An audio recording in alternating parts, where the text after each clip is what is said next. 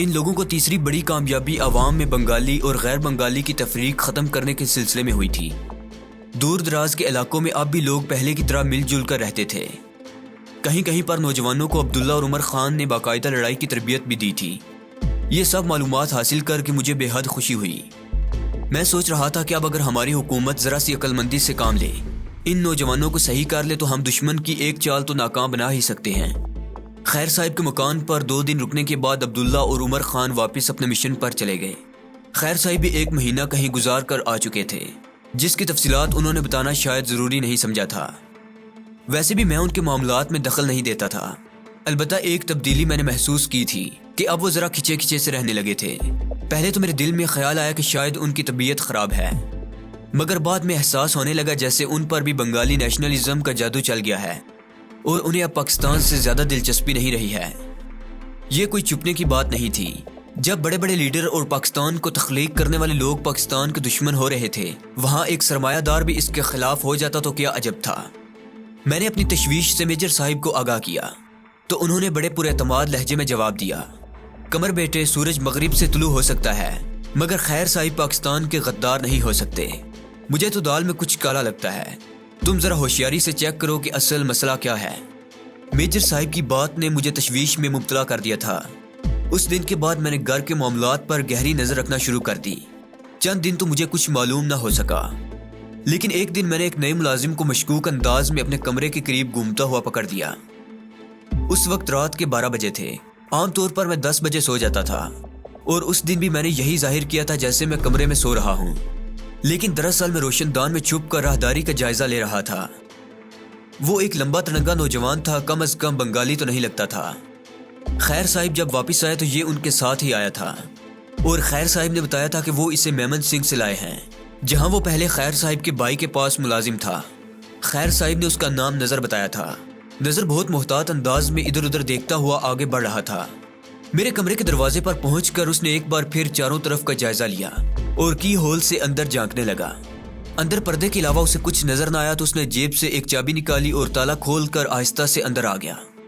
اسے اتفاق ہی کہیے کہ میں باتھ روم کی لائٹ بجھانا بھول گیا تھا، اس لیے اسے گمان ہوا کہ میں باتھ روم میں ہوں۔ وہ دبے قدموں چلتا ہوا میرے بستر تک آیا اور میرے تکیے کے نیچے اور سرہانے رکھی ہوئی الماری کی تلاشی لینے لگا۔ میں اسے غور سے دیکھ رہا تھا۔ الماری سے اس نے اندرے پوف والا ٹرانسمیٹر نکالا اور جلدی سے جیب میں رکھ لیا۔ پھر اس نے تمام چیزیں پہلی والی پوزیشن میں رکھی اور کمرے سے باہر جانے کے لیے مڑا۔ میں اتنی دیر میں روشن دان سے اتر کر اس کے پیچھے پہنچ چکا تھا۔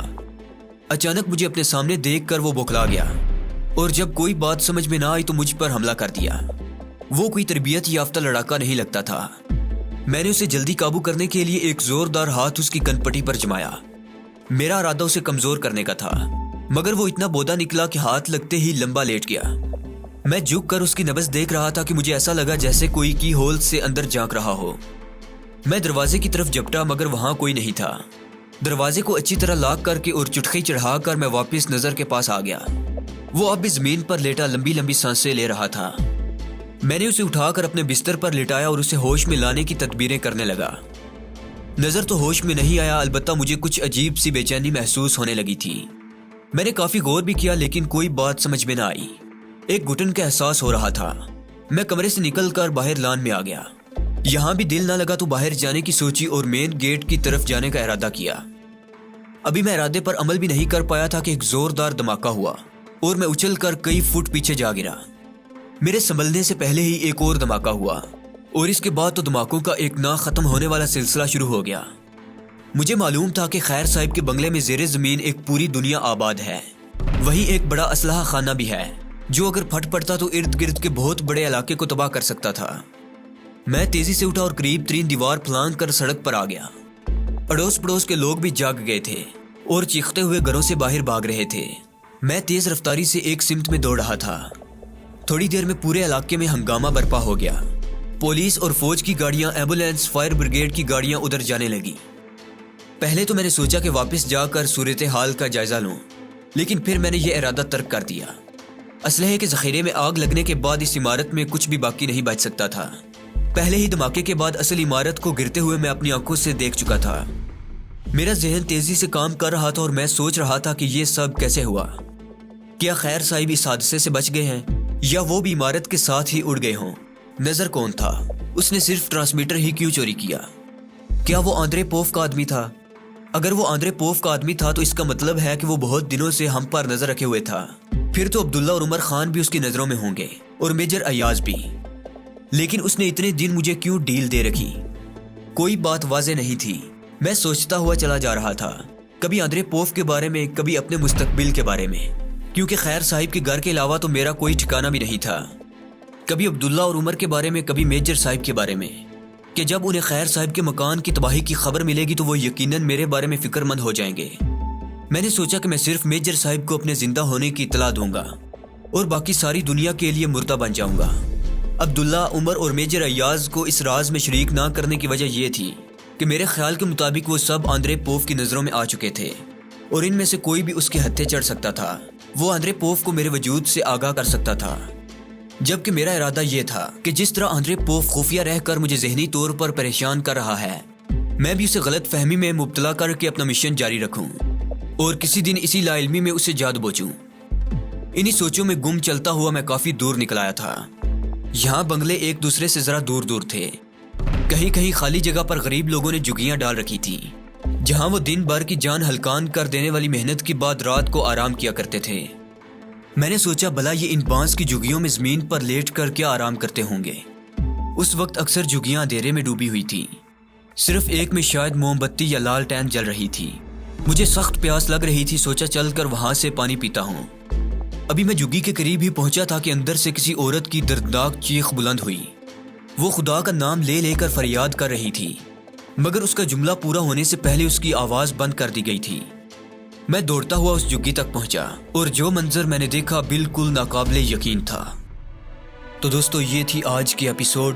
آخر میں آپ لوگوں سے گزارش ہے کہ اگر وطن کے اس گمنام ہیرو کی کہانی آپ لوگوں کو پسند آئی ہو تو ہماری حوصلہ افزائی کرتے ہوئے اس کو شیئر لازمی کیجیے، اور کمنٹ باکس میں اپنی قیمتی تجاویز سے ہمیں ضرور آگاہ کیجیے۔ اللہ نگہبان۔